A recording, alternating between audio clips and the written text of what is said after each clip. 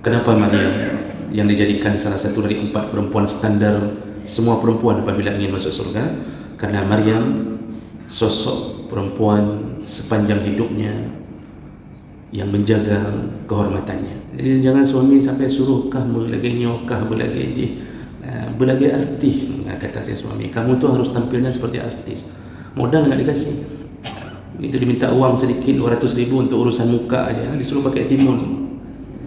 Disuruh potong-potong timun, disuruh taruh di muka. Assalamualaikum warahmatullahi wabarakatuh. Anda rindu mendengarkan kajian-kajian dari ustadz-ustadz kita dari Aceh? Kunjungi channel YouTube Maulizul Akbar NAD. Subscribe, like, share, komen.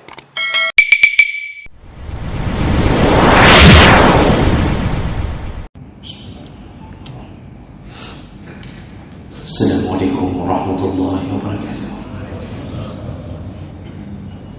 Alhamdulillahi rabbil alamin. Hamdan katsiran tayyiban mubarakan fihi. Asyhadu an la ilaha illallah wahdahu la syarika lah. Wa asyhadu anna Muhammadan 'abduhu wa rasuluhul karim. Allahumma shalli wa sallim ala nabiyyina al-mustafa Muhammadin wa ala alihi wa ashabihi ajma'in. Amma ba'd. Rabbi shrah li sadri wa yassir li amri wahlul 'uqdatam min lisani yafqahu qawli. Segala puji bagi Allah, kemudian salawat dan salam kepada Rasulullah, pada keluarga dan seluruh sahabat-sahabatnya. Bapak Ibu jemaah salat subuh yang Allah muliakan insyaallah. Di pertemuan kita sebelumnya kita sudah membahas salah satu daripada dosa besar dalam bab pernikahan atau perkahwinan, yaitu seorang istri yang tidak berbakti atau tidak taat pada suaminya. Dan tentu yang dimaksud adalah suami yang layak ditaati.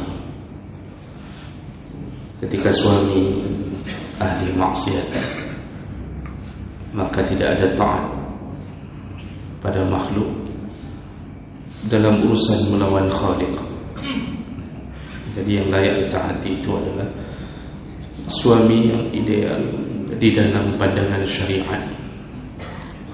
Baik, kita lanjutkan masih seputar bab perkawinan, dosa-dosa sekitar bab pernikahan. Berikutnya adalah khurujul mar'ah min baitiha muta'attirah mutazayyinah walau biizni zawj. Dosa berikutnya adalah istri yang keluar dari rumah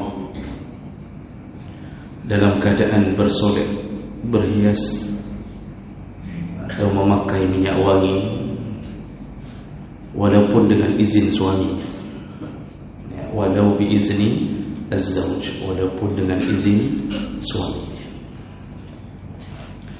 Dalam masalah ini ada beberapa hadis yang mengatakan tentang dosa seorang perempuan yang keluar dari rumah dalam keadaan berhias dan bersolek dengan ilah, dengan tujuan agar dicium aromanya oleh laki-laki yang bukan suaminya. Ada beberapa hadis, di antaranya Rasulullah sallallahu alaihi wasallam berkata dalam hadis riwayat Nasa'i, Ibnu Hibban, Ibnu Khuzaimah dengan sanad yang hasan, kata Rasulullah, ayyuma imra'atin ista'tarat, setiap perempuan yang memakai minyak wangi, famarrat ala qaumin liyajidu rihaha fahiya zaniyah wa kullu 'ainin zaniyah. Kata Rasulullah, setiap perempuan yang keluar dari rumahnya lalu memakai minyak wangi berlebihan untuk atau bertujuan agar tercium semerbak wanginya kepada laki-laki yang lain, maka hari itu dia dihitung sebagai penzina. Perempuan itu mendapatkan dosa seperti berzina. Lalu dalam hadis riwayat Tirmizi, Rasulullah juga mengatakan, kullu 'ainin zaniyah wal mar'atu idza ista'tarat famarrat bil majlis fahiya kadza wa kadza ya'ni zaniyah. Kata Rasulullah, mata yang digunakan untuk berhias agar menarik untuk ditatap orang, begitu juga dengan minyak wangi yang dipakai oleh perempuan yang kemudian dia melewati satu majlis, yaitu satu kerumunan laki-laki, yang kemudian dia tertarik, para lelaki itu tertarik dengan perempuan itu dengan minyak wangi yang dipakainya, maka hari itu dosanya dihitung sebagai zaniyah, yaitu perempuan yang berzina. Jemaah Allah Subhanahu wa taala, perempuan ini dalam syariat adalah mutiara yang tidak boleh sembarang disentuh. Dia hanya boleh dimiliki, dan itu menjadi ciri khas wanita di dalam pandangan Islam. Islam begitu menjaga kehormatan kedudukan seorang perempuan, dimuliakan Allah dari semenjak lahirnya sampai kematiannya. Auratnya dijaga Allah ketika dia taat pada Allah, disuruh tutup dari mulai bayi, ditangani oleh bidan, ditutup dengan kain ketika awal lahir, dan sampai mati pun kafan atau kain kafan menutup seorang perempuan 5 helai, itu termasuk dengan jilbabnya. Artinya disuruh memakai jilbab atau kain kafan yang berbentuk jilbab. Jadi benar-benar dijaga Allah. Dia dipelihara dari kecil oleh orang tuanya, tidak boleh dilepaskan oleh orang tuanya dalam segala hal dalam mendidiknya.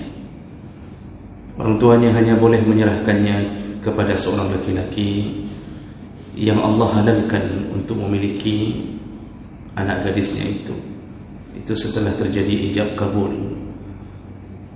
Jadi setelah lama dipelihara oleh orang tuanya, lalu berpindah tangan kepada seorang laki-laki yang melamarnya, dan semenjak saat itu dia hidup bersama laki-laki yang juga akan melindunginya sebagai seorang istri. Ketika suaminya meninggal, anak laki-lakinya disuruh oleh Allah untuk menjaga ibunya sampai kematian datang. Seandainya seorang perempuan mati dalam satu area tempat tinggalnya, dalam kitab-kitab fikih, seandainya pun tidak ada seorang wanita pun yang berada di tempat itu untuk memandikan dan mengurusi jenazahnya, maka pandangan para ulama, jenazahnya tidak dimandikan. Walaupun ada laki-laki yang hidup bersamanya, artinya bukan suaminya, dia sendiri tinggal dalam komunitas itu, maka matinya pun tidak dimandikan kalau tidak ada perempuan atau mahramnya yang bisa memandikan. Ada yang mengatakan cukup ditayamumkan, ada yang mengatakan tidak perlu. Begitu Allah menjaga kemuliaan seorang perempuan. Oleh karena itu, Allah tidak suka kalau makhluknya yang bernama perempuan ini menyebabkan fitnah. Maka oleh karena itu, salah satu yang bisa menimbulkan fitnah besar adalah dandanannya, fashionnya. Seorang perempuan dijamin surga dengan ketaatan menjaga aurat, dan standarnya adalah Maryam salah satu dari 4 perempuan yang Nabi jadikan contoh untuk semua perempuan. Salah satunya adalah Maryam binti Imran. Dan kenapa Maryam yang dijadikan salah satu dari 4 perempuan standar semua perempuan apabila ingin masuk surga? Karena Maryam sosok perempuan sepanjang hidupnya yang menjaga kehormatannya. Dia berada di dalam mihrab, tidak pernah ada laki-laki yang menyentuhnya. Bahkan pamannya Nabi Zakaria yang hanya diizinkan mengantarkan makanan kepadanya. Sepanjang hidupnya dia tidak melakukan apapun yang sifatnya menjatuhkan kehormatannya di hadapan laki-laki yang bukan mahramnya. Ketika malaikat datang untuk meniupkan ruh, yaitu seorang hamba Allah Isa yang akan menjadi anaknya, lalu malaikat itu menjelma menjadi manusia, masuk ke dalam mihrab, Maryam terkejut. Tiba-tiba ada laki-laki yang tidak dia kenali, dan dia bergeser, berusaha melindungi diri, sampai malaikat mengatakan bahwa dia adalah utusan Allah. Barulah Maryam bisa menerima kehadiran malaikat yang menjelma jadi laki-laki. Bahkan dalam tafsir disebutkan ketika ditiupkan ruh, Jibril alaihi salam tidak menyentuh Maryam, hanya menghembuskan di balik lengan bajunya. Saking mulianya Maryam, malaikat pun tidak menyentuhnya. Itu dalam tafsir disebutkan gitu. Hari-hari Maryam, karena kehormatannya yang dijaga betul, sampai Allah memuliakannya di dunia, dikirimkan makanan dari surga. Nabi Zakaria terkejut, utusan Allah ini terkejut ketika datang kepada Maryam, melihat ada buah-buahan, ada makanan. Lalu dia bertanya, qala anna hadha, dari mana ini wahai Maryam? Lalu Maryam menjawab, dari Allah, dari Tuhanku. Begitu kemuliaan seorang perempuan yang menjaga dirinya. Allah pun memuliakannya sampai mendahulukan makanan surga untuk Maryam. Maka sedayaannya perempuan itu bersikap seperti itu. Hari ini dandanan menjadi salah satu pembuka pintu neraka bagi perempuan. Di dalam hadis ini disebutkan tentang memakai minyak wangi. Jadi dasar hukumnya minyak wangi itu mubah, dan itu kita butuhkan di dalam kondisi tertentu. Bagi laki-laki menuju ke masjid disunnahkan pakai minyak wangi untuk menghindari rasa tidak nyaman orang lain yang berada di samping kita. Kalau pakai minyak angin boleh, tapi kalau seandainya sakit kepala saja. Kalau tidak sakit kepala jangan. Jadi jemaah Allah, perempuan memakai minyak wangi boleh, dan sunnah. Kapan? Ketika dia berhadapan dengan suaminya. Bahkan itu disuruh mandi dengan minyak wangi. Cuma kalau mandi dengan minyak wangi, suami tidak sanggup beli terus-terusan minyak wangi itu, walaupun itu untuknya. Rasulullah SAW mengatakan, khairun nisa'i imra'atun, sebaik-baiknya perempuan yang ada di atas dunia, ciri-cirinya 4. Salah satunya adalah iza nadartaha sarratka, kalau engkau melihatnya atau mendekatinya menyenangkan, engkau bahagia dengan melihatnya. Nah, ini tampilan, yang dimaksudlah tampilan. Jadi seorang suami pulang, istrinya sudah lengkap dengan minyak wangi, pakaian, Masya Allah, membuat suami tidak betah lagi di kantor. Istri ini begitu paham mana yang diutamakan. Jadi sudah bersolek, berbagai macam make up telah dia pakai. Dia tunggu suaminya, maka dia sudah berdiri di pintu pagar. Ada yang berdiri di atas pintu pagar. Kalau itu sudah kurang pas berarti istri kita. Jadi jemaah Allah Subhanahu wa taala, suaminya senang dengan keadaannya. Itu ciri-ciri perempuan ahli surga. Didekati dengan minyak wangi yang menyenangkan, itu ciri-ciri perempuan salihah. Tapi suami juga harus faham, kalau ingin perempuan, istrinya bisa begitu tampil sempurna dengan berbagai solekan dari ujung kepala sampai ujung kaki, penuh dengan berbagai macam perhiasan, keindahan, ya suami kasih modal lah. Jangan suruh-suruh saja. Jadi jangan suami sampai suruh kah belagi nyokah belagi belagi artis. Kata si suami, kamu tu harus tampilnya seperti artis. Modal enggak dikasih. Itu diminta uang sedikit 200.000 untuk urusan muka aja, disuruh pakai timun. Disuruh potong-potong timun, disuruh taruh di muka. Kakoh buat timun kepedu buat muka. Itu suruhannya.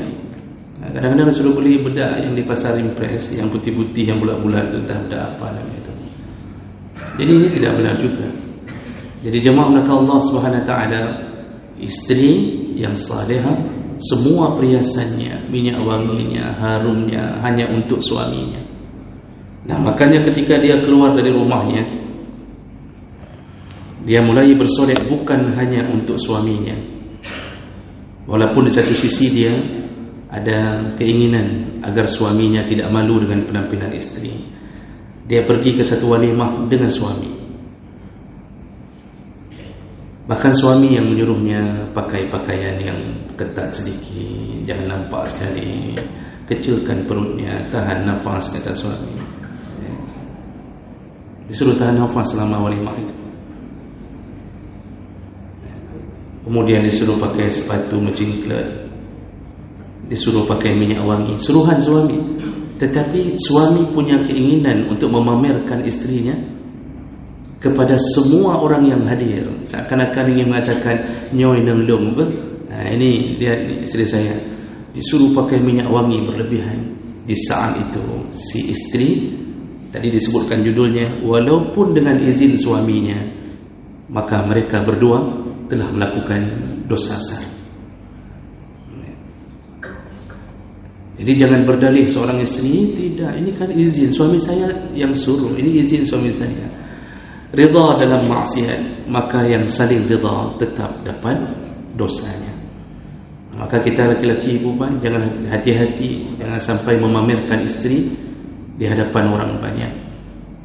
Jadi kalau sempat minyak wangi atau tampilan itu menyebabkan mata laki-laki berpaling melihat ke arah istri kita, yang sifatnya menimbulkan fitnah, menimbulkan nafsu, keluar kalimat-kalimat yang bicara di antara sesama mereka, yang sifatnya adalah memuji kecantikan dan kemudian membuat mereka bersemangat untuk itu, maka istri berdosa, suami pun ikut berdosa. Perempuan boleh pakai minyak wangi seadanya, tapi dengan syarat tidak ada keinginan untuk membuat orang yang bukan mahramnya menikmati minyak wangi itu atau dandanannya. Tapi ada juga yang mengatakan saya enggak niat, tapi Masya Allah minyak wangi itu 100 meter dia sudah berjalan di depan, tertinggal di belakang aromanya, saking kuatnya minyak wangi yang dipakai oleh seorang perempuan keluar dari rumahnya. Tapi dia mengatakan saya enggak ada niat, memang minyak wanginya minyak wangi yang bagus ini, tapi saya enggak niat. Kenyataan tidak akan membuat niat itu berubah, karena kenyataannya begitu. Al-haqiqah la tughayyiru niyyah. Kenyataannya pada dasarnya kejadiannya seperti itu, walaupun enggak niat tetap dianggap berniat. Maka jemaah maka Allah Subhanahu wa taala, ini perlu kita jaga anak-anak gadis kita. Lihatlah tampilan hari ini anak-anak gadis kita dibonceng oleh orang yang tidak kita kenal. Kenapa dia berani melakukannya? Padahal ayahnya selalu salat berjamaah, ayahnya masuk dalam barisan orang-orang yang puasa Senin Kamis, tapi anaknya tampil seksi, istrinya tampil seksi, kadang-kadang keluar dengan semerbak wangi yang berlebihan. Ada apa? Kenapa bisa terjadi? Rasulullah mengatakan al-mu'minu mir'atul mu'min. Mukmin itu cerminnya ada pada mukmin. Jadi kalau kita merasa diri mukmin yang sebenarnya, cerminnya ada pada mukmin keluarga kita. Orang akan lihat, ini anak enggak beres, tidak taat. Kenapa orang tuanya nampaknya taat? Itu cerminan kita. Istri itu cerminan kita. Anak gadis itu cerminan kita.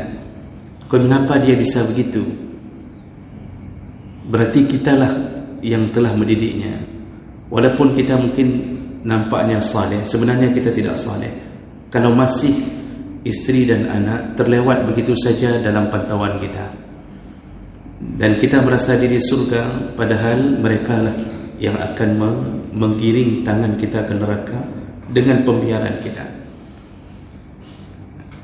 Jadi pantaulah, perhatikanlah bagaimana dandanan istri dan anak kita. Jangan izinkan. Jadi dalam pandangan ulama-ulama mazhab, mereka mengambil kesimpulan begini: kalau minyak wangi itu hanya sekedar saja dipakai oleh perempuan, misalnya mereka berkumpul sesama perempuan menuju ke masjid yang areanya terpisah, artinya perempuan tidak berhubungan dengan laki-laki di situ, hanya duduk sama perempuan, atau mereka berkumpul di majlis-majlis perempuan, arisan, julu-julu, macam-macam, maka pakai minyak wangi itu tidak bermasalah. Tapi ketika berhadapan dengan laki-laki, walaupun tidak berniat untuk memamerkan wanginya, maka hukumnya makruh. Kalau Imam Hanafi mengatakannya makruh litanzih. Jadi hukumnya makruh kalau berhadapan dengan laki-laki yang kemudian tercium aromanya. Kalau seandainya ada niat memamerkan diri, maka berubah jadi haram. Nah, disinilah yang dimaksud dengan dia telah dihukumi sebagai penzina. Seorang perempuan bisa disebut mendapatkan dosa zina ketika dia keluar dengan dandanan atau memakai minyak wangi yang berlebihan. Dan terakhir, salah satu hadis dari Abu Hurairah radhiyallahu anhu, itu ketika Abu Hurairah menuju ke masjid, lalu kemudian dia bertemu dengan salah seorang budak perempuan dari salah seorang sahabat yang bernama Jabbar. Faqala laha, Abu Hurairah bertanya kepada budak itu, "Aina turidina ya ammatal Jabbar?" Kemana engkau? Mau pergi kemana engkau, wahai budaknya Jabbar? Kata Abu Hurairah, "Qala ila al-masjid." Aku ingin menuju ke masjid. Qala wa tatayyabta lahu, tapi engkau memakai minyak wangi. Qala na'am, ya, aku memakai minyak wangi. Qala farji'i faghtasili. Kata Abu Hurairah, pulang, pergi pulang, mandilah. Maksud mandi biar minyak wangi itu hilang. Bahasanya mandi itu bukan disuruh mandi beneran, maksudnya hilangkan minyak wangimu dengan cara basuhlah dirimu. Fa inni sami'tu Rasulullah sallallahu alaihi wasallam yaqul, karena aku pernah mendengar Rasulullah berkata, la yaqbalu Allah min imra'atin kharajat ila al-masjid salatan wa rihuha ya'sifu hatta tarji'a fataghtasil. Allah tidak akan menerima salatnya seorang perempuan yang datang ke masjid untuk salat tapi dengan wangi yang berlebihan, hatta tarji' wa taghtasil. Allah tidak akan terima salatnya, kata Abu Hurairah, sampai dia pulang dulu, lalu dia mandi, baru dia kembali lagi ke masjid. Maksudnya hilangkan minyak wanginya. Jadi ini hadis riwayat Ahmad, Abu Dawud, Ibnu Khuzaimah dengan derajat yang hasan. Hadis ini menunjukkan sampai urusan ke masjid pun disuruh jaga. Sampai urusan ke masjid, padahal tujuannya ke masjid, kan berkumpulnya sama perempuan, tapi dikhawatirkan jalan menuju masjid dia akan melewati rombongan laki-laki dan macam-macam. Sampai begitu disuruh jaga dandangan yang bernama fashion ini. Maka bagi para ibu-ibu, berhati-hatilah. Jadi tidak dengan izin suami lalu berubah hukum menjadi halal, tidak. Rasulullah sallallahu alaihi wasallam melarang berbagai aktivitas dalam dandanan bagi perempuan yang melawan syariat. Dan yang hari ini paling banyak terjadi, Bapak Ibu, ketika perempuan keluar di acara-acara berkumpulnya laki-laki dan perempuan. Salah satu yang paling banyak terjadi adalah ketika walimah. Di saat walimah lah bercampur baur kemudian dengan berbagai dandanan. Padahal salah satu yang sudah kita bahas yang bisa membuat tidak wajib lagi datang walimah di satu tempat ketika tempat itu dipenuhi dengan ikhtilat, bercampurnya laki-laki dan perempuan. Bahkan kalau buka kitab Mawsu'ah Al-Fiqhiyah Al-Kuwaitiyah yang dikumpulkan oleh para ulama di seluruh dunia Arab, dalam kitab disebutkan boleh tidak datang ke walimah kalau disambut oleh serombongan perempuan. Jadi dipasang perempuan untuk menyambut tamu, gugur kewajiban datang ke walimah. Gugur, tidak wajib lagi datang. Seharusnya wajib tapi gugur ya, maksudnya nggak usah datang lagi kalau dipasang serombongan perempuan untuk menyambut tamu. Disolek, dipakaikan ini, disuruh pakai baju pengajian, baju kayak kebaya begitu, tapi ketat, sengaja diketatkan di pinggang.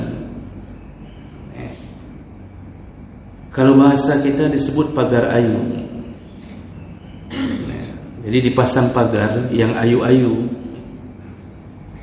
yang janda-janda tua nggak dikasih ke situ, disuruh taruh rendang di belakang, disuruh goreng kerupuk muli, yang ayu-ayu taruh depan.